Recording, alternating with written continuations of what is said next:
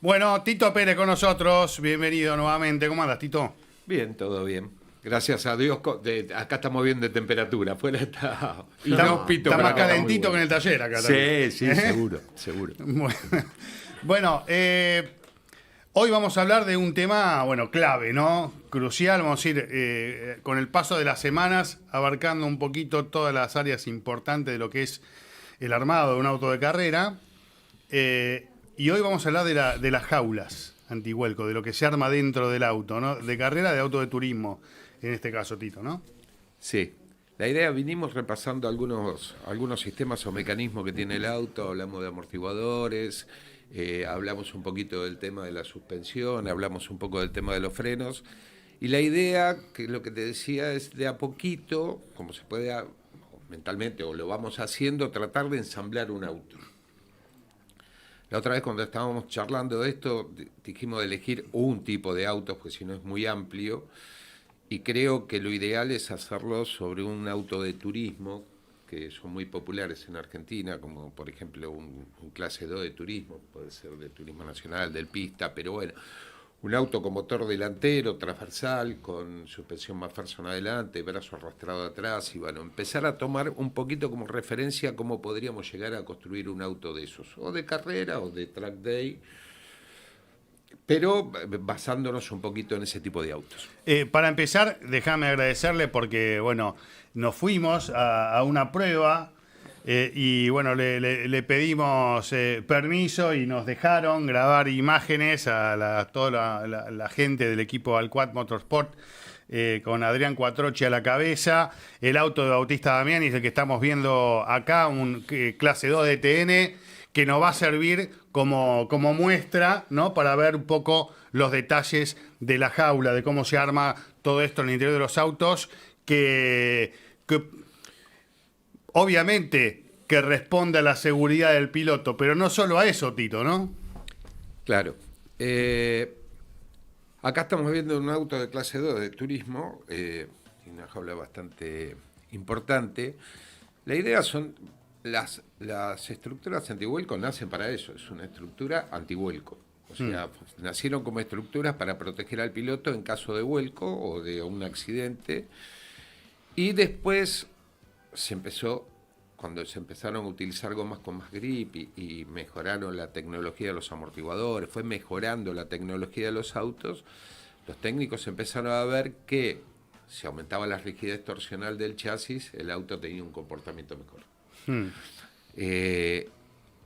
A eso, entonces, cuando construís una estructura de seguridad, una jaula antivuelcos, hay que priorizar, por supuesto, la parte de seguridad, pero como ya le estás agregando peso al auto y le estás agregando un montón de caños y un montón de cosas, la estudias desde el punto de vista de mejorarle la rigidez torsional al auto. O sea, la rigidez torsional es la resistencia que te opone toda la estructura del chasis, o auto en este caso, para que torsione entre el tren delantero y el tren trasero.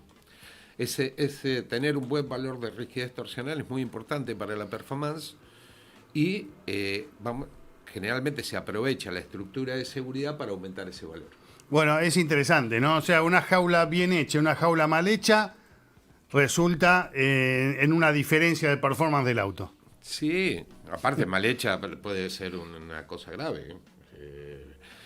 Por eso es muy importante priorizar. El técnico tiene que saber, o el que está pensando en hacer una jaula para un auto, tiene que pensar que la primera opción es que sea segura, sin ningún tipo de duda.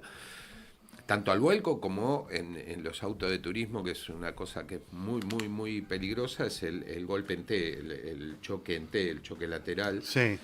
Sobre todo porque el piloto va sentado generalmente del lado izquierdo. Y bueno, si bien se trata de alejar el piloto del lateral, los reglamentos generalmente impiden que te pases al medio. Y bueno, eso hace que priorices mucho la resistencia al impacto lateral, tanto con la estructura como le ponen algunas estructuras para absorber energía. Y por ejemplo, en el caso de lo que sucedió con Agustín Martínez el fin de semana en el TC Pickup, que el auto empieza a volcar y toda la carrocería sale y queda solo la jaula. ¿Eso es lo que debería pasar en estos casos? ¿Está bien que pase esto?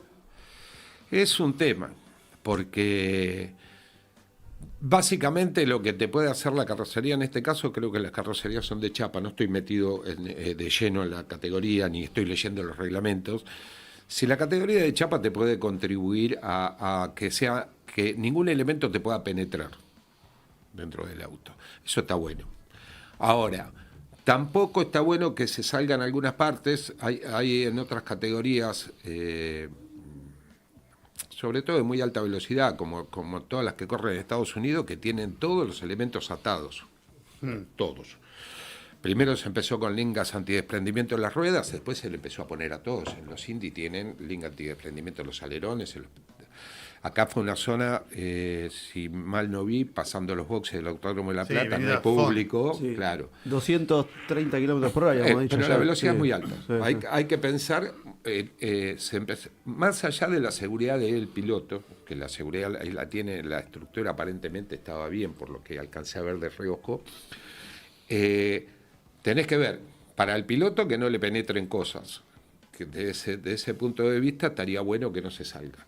Ahora, también que se salga, que no lo estoy diciendo como un problema grandísimo de seguridad para el piloto, no pasó nada, pero que se te salgan cosas del auto, llega a pasar en una zona de público, bueno, habría que prestar atención a eso.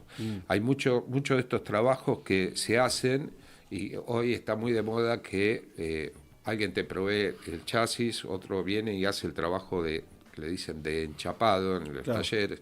Entonces puede haber pasado algo si no está definido bien en el reglamento, cómo tiene que estar fija, son cosas para observar. Tito, ¿cómo es que se calcula todo el cruce ese de caño?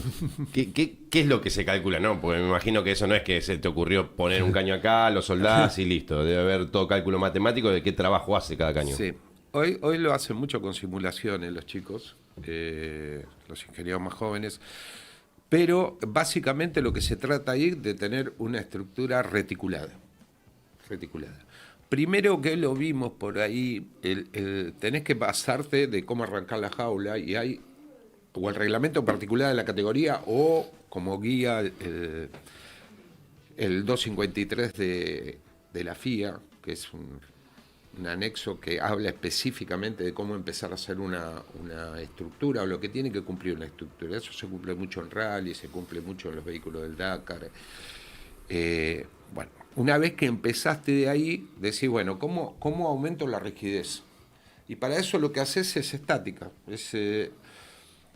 En un plano, lo que es indeformable es un triángulo.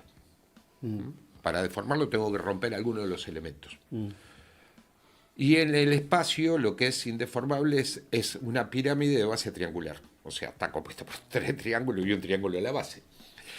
Lo mismo, eso entre comillas, salvo falla del material o lo que se pueda ir deformando el material, es indeformable desde el punto de vista estructural.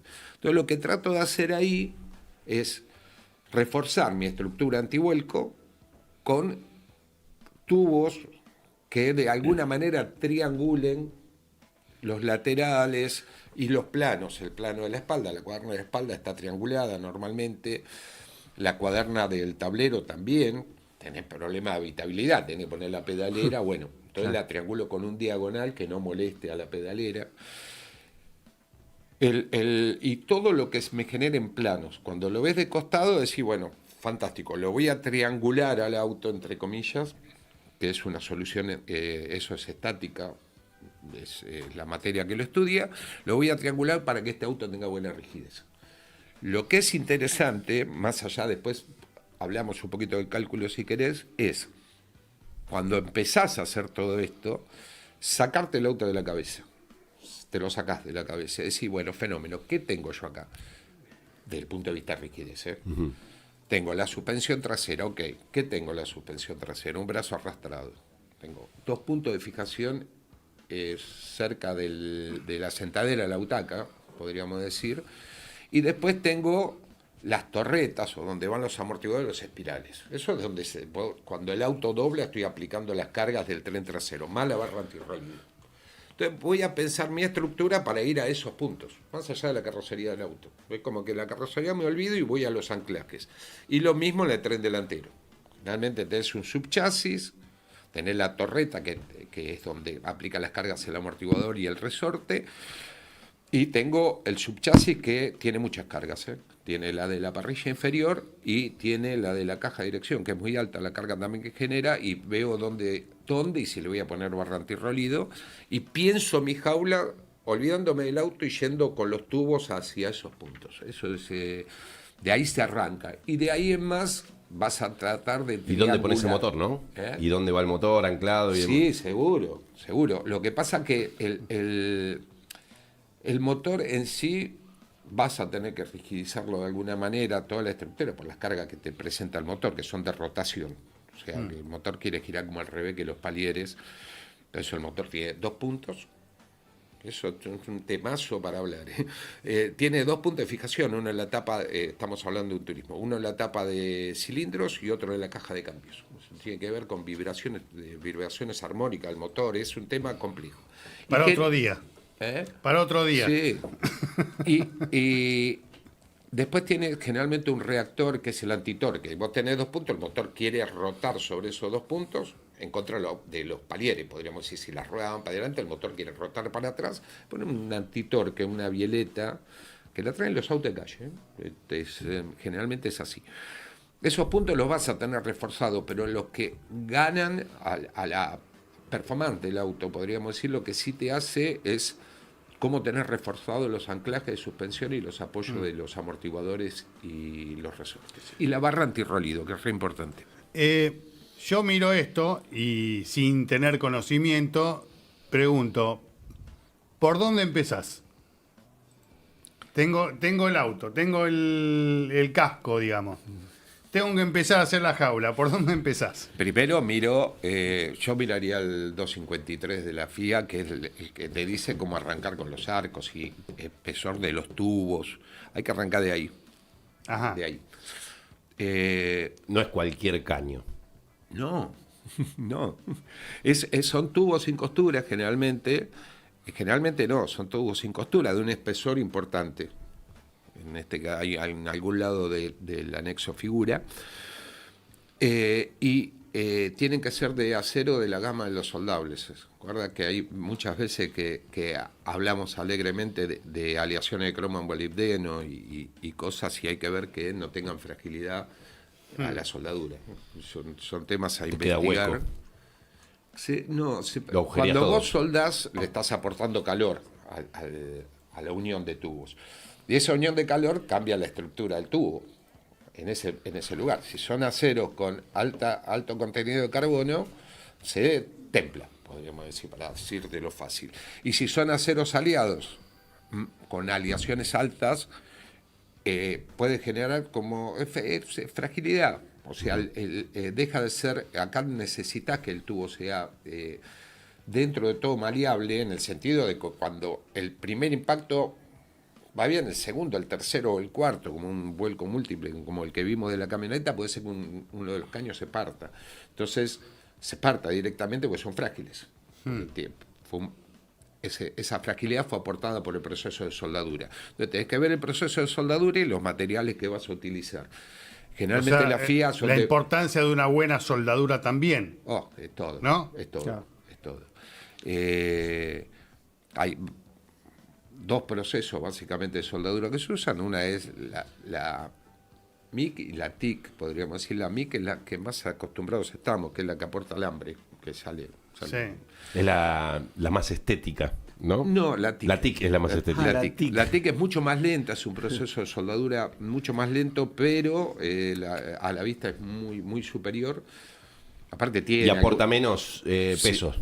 Sí, la TIC que la MIC. Porque en un auto completo tal vez te gastes un rollo de alambre que son 14, 15 kilos de alambre. Claro, es un montón. Sí, es un montonazo. Con la TIC... ¿Cómo te sube el peso? Con la TIC aportás muchísimo menos y tal vez puedas hacer una estructura, depende del auto, ¿no? De la complejidad de la estructura, pero tal vez 10 kilos menos, que es un montón. Y tener un buen soldador es clave, porque Sí. no cualquiera lo hace. No, soldar con TIC es un poco más Un arte. laborioso, sobre todo soldar así en posiciones. En el banco de trabajo es mucho más sencillo porque vos te acomodás. Ahora, soldar en posición, que estás metido dentro del auto, tratando de soldar un tubo que estás incómodo, muchas veces la máscara, no es que con la máscara ves igual que sin la máscara. Entonces Para, porque acá te metiste en un tema que está bueno y entré en la duda yo. Cuando vos decís el auto de turismo, vos metés la jaula dentro de la carrocería. Sí. Así se hace un auto de turismo, Sí. no como los que se le ponen la carrocería arriba de una jaula hecha. Claro, hoy un Ese es TC un tema se que no hace- habíamos... Un TC se hace la jaula y después se le Después pone se la carroza. carroza. Exactamente. En autoturismo no. Hay un montón de palabras que a veces no me gustan usarlas mucho porque no son muy técnicas, ¿no? Porque son cosas de taller, podríamos decir, pero sí. Generalmente las categorías como el turismo carretera o el top race, está la estructura hecha y se la enchapa, le dicen. O sea, le montan la carrocería, que es lo que hablábamos recién, que puede generar problemas como el de... Claro, como el de la camioneta del hijo del gurí, que lo que pasa es que pasa a ser como una cosa estética. O sea, estética. Tiene que soportar la parte aerodinámica, pero básicamente vos decís, es como que la no la tenés en cuenta. Claro. O sea, desde el punto de vista estructural. En los turismos, generalmente se parte del casco original y se va montando la estructura y se fabrica la estructura dentro del auto. Acá pregunta Julián Bob en el chat. Una consulta para Tito. ¿Qué una categoría provee a las jaulas? ¿Es por un tema de negocio, para abaratar costos o para asegurarse de que la jaula cumpla con los requisitos de seguridad establecidos? Eso fue mutando.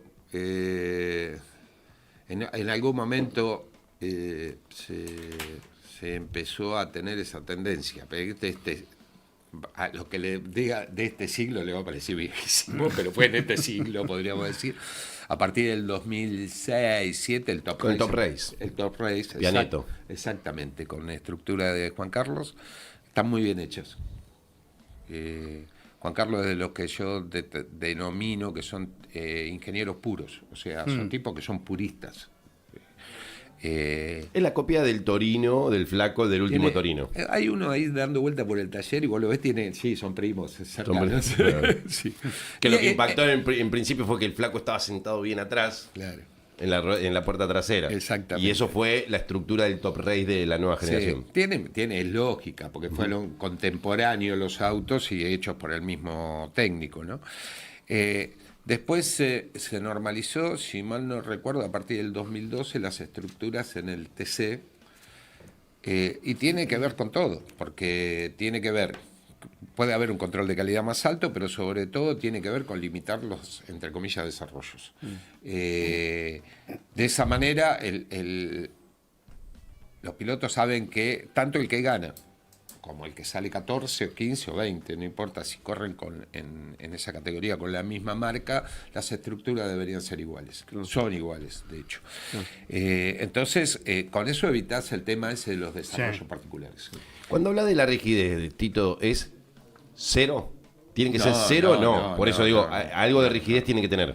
Te explico, esta está buena y la voy a explicar La recontra torsión, ¿no? sencilla. Claro. Recontra sencilla para que se den cuenta, para que se entienda.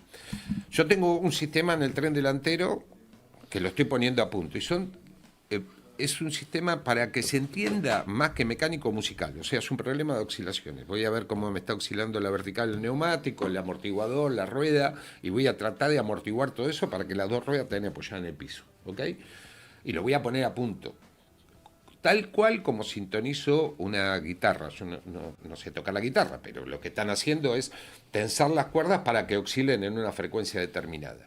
Lo mismo hago con el tren trasero. Lo pongo a punto. Ahora, voy a imaginarte una guitarra que el diapasón, la parte del palo, sea de goma. No hay manera de que suene. ¿Te entendés? Porque tengo una cosa elástica de baja rigidez uniéndome las dos partes que estoy tensando las cuerdas. Yo tengo tren delantero, entre comillas, que podría ser las clavijas, y no sé cómo se llama el aparatito que agarra la cuerda de atrás en la caja, que es el tren trasero. En el medio tengo que tener algo rígido, si no, no lo voy a poder poner a punto nunca. Nunca. Entonces, ¿qué haces? Se fue probando. Entonces, la rigidez se mide en kilogrametros por grado. O sea, imagínate que le meto una barra al auto y lo trato de retorcer. ¿Cuántos kilos de carga le meto por metro de distancia del centro del auto para que el auto se retuerza 1 grado? Que no llega a retorcerse 1 grado un buen auto. De ese valor, te puedo decir de la época que los medía, ¿no? Porque hoy, con lo que dicen de la jaula y todo eso, como que la jaula te viene. Pero, por ejemplo, los TC2000 que hacía yo eran de 3.000 a 4.000 kilogramos por grado de rigidez torsional. O sea, le tendría que aplicar 4.000 kilos con una palanca de 1 metro o 2.000 kilos con una de 2 metros, que es lo que hacíamos con el banco de torsión, para que el auto se deforme 1 grado. Es una rigidez bastante alta eso. Y lo que haces es, te va de frecuencia, porque estás mucho más alto que la frecuencia que la rigidez de las suspensiones y que la rigidez de la barra antirroleo trasera, que para este auto que estamos hablando, que es una tracción delantera, la barra trasera es recontra súper importante. Entonces me voy muy lejos de esos valores y me evito que en algún momento lo que torsione la jaula, pero desde el punto de vista de oscilaciones, no desde el punto de vista mecánico. Muchos dicen, che, mirá cómo están torsionando porque las ruedas se levantan. No llega a eso ni por casualidad. Es un problema de sintonía. Se puede, porque estamos viendo en la actualidad, por ejemplo, en el Procar 4000. Auto no, porque este es el auto que corrió Ciantini en el año no sé cuánto. Y obviamente para mantenerlo efectivo en cuanto al rendimiento, tiene que vivir un proceso de adaptación, entiendo yo el auto. ¿Cómo se adapta? Se reemplazan caños, se le cambia la jaula, se refuerza la soldadura. ¿Cómo se hace eso? Mira, si la jaula está estáticamente bien resuelta y tiene espesores de tubos lógicos, no tendría que tener un problema de vida útil tan grande. Sí, tal vez empezás, que desde la época que corría el Bochita, porque no nombraste a Ciantini, hasta hoy estás usando gomas con más grip, otro tipo de amortiguador, entonces te están metiendo otra solicitación en el auto. Vos pensás que en esas épocas del turismo carretera, que yo las viví, todavía corríamos con los subchasis delanteros y un montón de cosas que estaban pensados para otra cosa. Era más difícil sacarle la carga desde la parrilla, no había una estructura particular hecha para eso. Entonces, tenés que ver dónde se están aplicando las cargas y si vas a reforzar esos lugares. Lo mismo que hablamos del principio. Acá estábamos, va a ser larguísimo el tema, porque es precisamente eso, ¿no? Cambiamos un poco de categoría, por eso le decía, vamos a hablar de un turismo al principio. Claro, porque es muy amplio. Yo me acuerdo de 2003, por ahí, un equipo top de turismo carretera que cambiaba autos cada 2x3, 2 autos por año. Sí. Era por los caños que usaba, por lo liviano, era ligerísimo el auto, pero vencía rápidamente su vida útil. Sobre todo por el espesor de los tubos. Claro. Pasa mucho, por ejemplo. Oreste decía, ¿no? Cuando vos veías un auto que de repente no era una jaula demasiado importante, decía, tiene lo necesario para hacer una autocarrera, se decía, ¿no? Sí. No hay que olvidarse lo que hablábamos del tema de la seguridad. O sea, podés tener elementos bastante rígidos, como puede ser, por ejemplo, cualquier lata. Es una historia que le voy a contar otra vez en otro momento, ¿no? Una lata. ¿Querés torsionar? Agarrar una latita de Coca-Cola. Digo Coca-Cola, de cualquier latita de esas de aluminio, tiene un espesor ínfimo, pesonada, y vos la querés retorcer y decís, miércoles, esto no lo retuerzo. Lo mismo pasa con ese sistema que es podría ser lo que eran los monocascos de aluminio, que es lo que hoy se usa en los aviones. Vos ves la piel del avión, es re finita, tiene mucho momento de inercia, tiene diámetro, pero no la retorces. Si se llega a retorcer la de un avión, tenés graves problemas. Me metiste un tema en la cabeza, salgo a comprar una lata apenas salgo de acá. Sí, es verdad. No la rotás. Después le voy a contar la historia que tiene mucho que ver con nuestro automovilismo de la de Tulio. Sí. La de Tulio con el Mini Junior. Exactamente. Eso Que es el estaba- concepto del mini junior que puede meter la estructura tubular. Estaban en el taller de Alberto Pérez y supuestamente el papá de Alberto, estaban ahí como le hacían y agarró una latita de aceite de esa época. Y dijo, chicos, miren, y la vieron y dice, bueno, hacerle el agujero para que entre el piloto. Claro. Después a ver que Tulio, no se lo pregunté a él en persona, me la escuché por Alberto Pérez, que trabajamos muchos años juntos, pero sí. Es el concepto del primer auto de fórmula de la Argentina que fue de Tulio, que es una lata, no me acuerdo de qué era, que De decía aceite, por lo que Una me lata, dijo claro. Alberto, era como que el papá estaba torneando ahí en el taller y estaban Tulio, Lenín, el hermano de Claro. Tulio, y Alberto, que eran compañeros de la escuela, del barrio. Los talleres quedaban cerca. Uno estaba en Santo Santo Dumont y Dumont. Las Vías, y la otra era Álvarez Tomás y Jorge Newbery. Ahí en la Alberto. Chacarita. Claro. Yo trabajé mucho tiempo con Alberto. Y nada, en esas de tomar mate y yo qué sé, me contó eso. Dice, estábamos todos viendo cómo hacer el auto y mi viejo estaba torneando y dijo, le agarró y dice, retuérzanla. Y claro, agarraban las latas así, de una rigidez torsional fantástica, no pesaba nada. Dice, bueno, hacerle el agujero y meter el piloto ahí adentro. Claro. Fue Tulio, que Pero siempre después fue un casi artista con la chapa. Después casi se mata en la Richeri cuando hace la primera prueba. Bueno, es larga. Creo que ¿no? Lenín choca contra un Chevrolet 51. Sí, exactamente, algo así. No sí. sé si Mariano. En la primera prueba en la Hijo de Richeri Lenín yendo está para escuchando. seis. Sí. Después de la General Lo fueron Paz. a probar a la Richeri. Qué coraje. Richeri General Paz. Y- Qué locura, qué locura. Bueno, Tito, no sé si te quedó alguna cosa puntual de lo que fuimos viendo de la jaula, como para no dejarla fuera y No, para ponerle un cierre. Sí, nada. Que cuando arranque, porque no estamos hablando de un auto específico de carrera, nos estamos basando en un turismo clase 2 o clase 3. Para lo que sea que lo haga, que primero. Hay un dicho de Alberto Pérez que era buenísimo, que también se lo atribuía al padre de él, de la latita, que decía, cuando la cabeza no da, las manos quietas. O sea, lo primero es pensar, después actuar.